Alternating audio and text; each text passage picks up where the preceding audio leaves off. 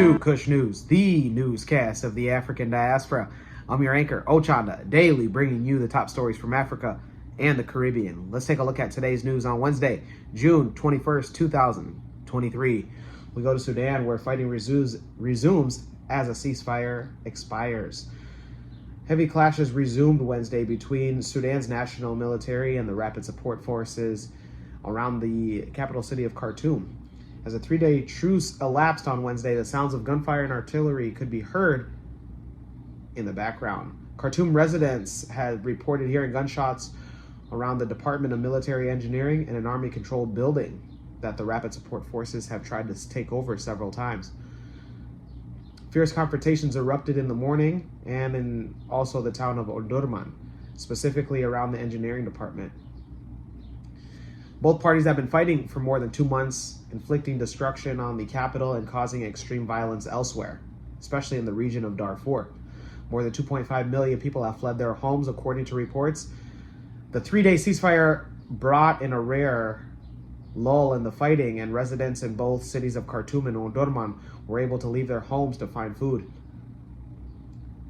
Individuals had described the situation as horrible, and some residents are trying to leave. As people continue to travel outside, while those who stay behind, life seems to be less than normal. Civilians and sick people are facing difficulties in accessing health facilities. It's estimated more than 60% of Sudan's health centers are located in and around the fighting areas. Meanwhile, there have been unconfirmed number of clashes around South Kordofan state between the army and the rebel group. Those in Sudan, let us know how you feel, and let us know if you feel that even a longer ceasefire is to come. Well, let's stay in the region and go to Somalia, where African Union has begun their exit. The African Union Transition Mission in Somalia, known as the ATMIS, has started to draw down in compliance with the United Nations Security Council Resolutions Act, which mandates them to draw down soldiers to 2,000 by the end of this month. Supported by the United Nations Support Office in Somalia, the ATMIS has handed over the first forward operation base. The commander of the 2nd Battle Group has officially handed over the facility to the Somali National Army. The event was attended by many senior officials. Over the years, they've worked closely with the Somali National Army, and the cooperation has been contributed significantly to improve stability and security in the area.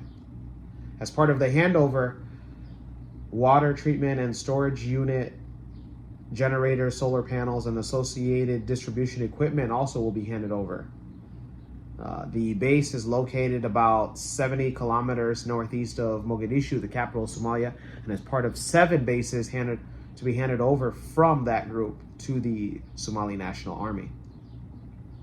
Those in Somalia, let us know if you feel that that group had done a good job working well with the Somali National Army.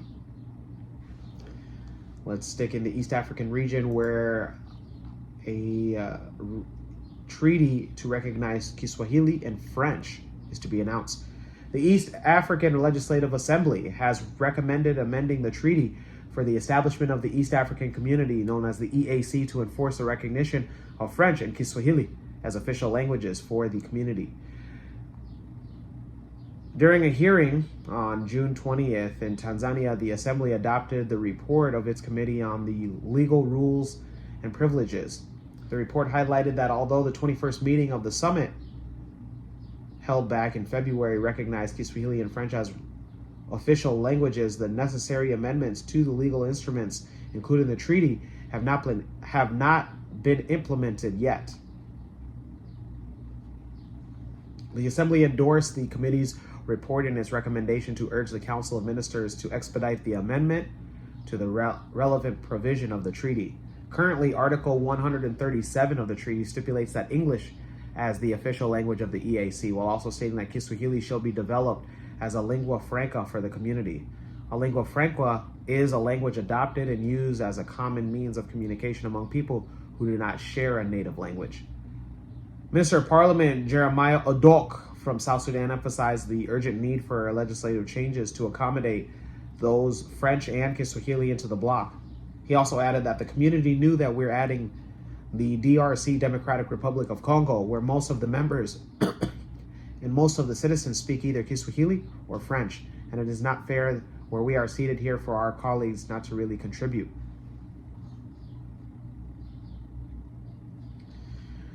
David Sonkok, who represents Kenya, also highlighted the language barrier as a hindrance to effective communication between East African community members who speak either French or Kiswahili, and they don't speak English.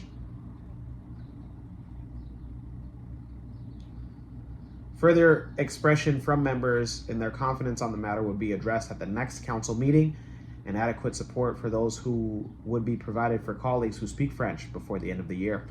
Those in East Africa, let us know how you feel. Let us know your excitement on potentially having French and Kiswahili officially recognized as East African community languages. Let's go to the Caribbean and end it there. St. Kitts' government approves a law to allow marijuana smoking. St. Kitts and Nevis has moved one step further and closer to becoming one of the most marijuana-friendly places in the Caribbean, as the Parliament approved 4 bills regarding its use and possession. The smoking bill of 2023 were unanimously approved by members of the Parliament during yesterday's National Assembly sitting. The smoking bill, which was presented in Parliament by the Prime Minister of St. Kitts and Nevis, Terence Drew, designates certain specific public places as smoking areas. In his opening presentation on the bill, Drew stated that it is not for me to judge who should smoke or who should not smoke. However, I think it's imperative that we seek to create a situation where both those who smoke and those who don't smoke can exist in harmony. The Prime Minister said he believes in creating specific places for smoking is the best case and scenario for his nation. Opposition leader Mark Brantley said he was concerned that the bill would encourage islanders to operate vehicles while under the influence of marijuana. He said, I'm simply saying now that we can take this formal step. What happens when the festival is over and people take onto their roads? I think it's a legitimate concern. It's no different to when people drink alcohol excessively and then they get behind the wheel. Individuals have called on the government to educate the public about the effects of smoking and drug abuse. Individuals have said that many persons in St. Kitts and Nevis who have developed mental issues from smoking marijuana and other drugs.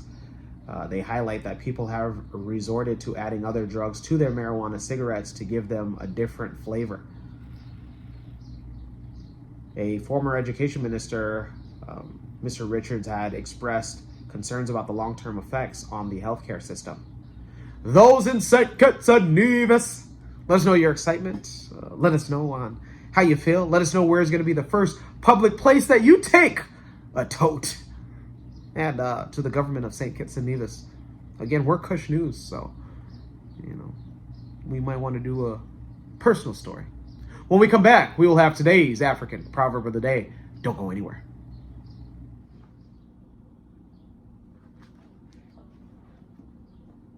Oh, hey, didn't even see you there. I'm Ochanda with Kush News, exclusively on Kush Convos TV. We provide the news each and every single day to the African diaspora. Numbers show that the African diaspora population globally is at over 100 million. This is your chance for your business to have ad placement during the show. We offer different ad packages. And once again, we provide the news each and every single day. When your dad has a problem with his glass eye, we provide the news. When your best friend has brought over her kids so she can go out, we provide the news. When your cousin has came over, used the bathroom, and now the toilet is clogged, we provide the news. I'm Ochanda at Kush News. Reach on out to the email address below.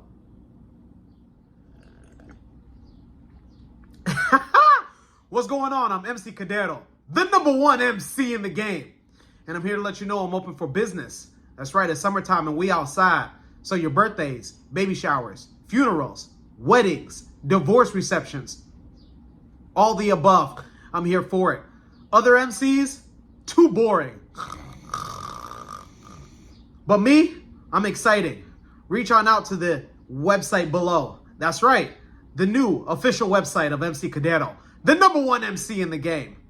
See you soon.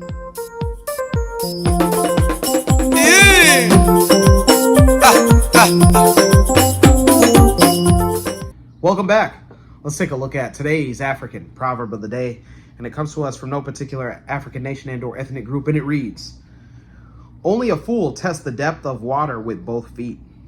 Once again, only a fool tests the depth of water with both feet. African proverb. Never jump to conclusions. You can't. Let me know your interpretation of today's African proverb of the day, as well as your thoughts, views, questions, comments, and concerns on the top stories. Don't forget to like, subscribe, hit that notification bell for today and any other time that we upload material. For Kush News on Kush Convos TV, I'm Ochanda. We'll see you soon.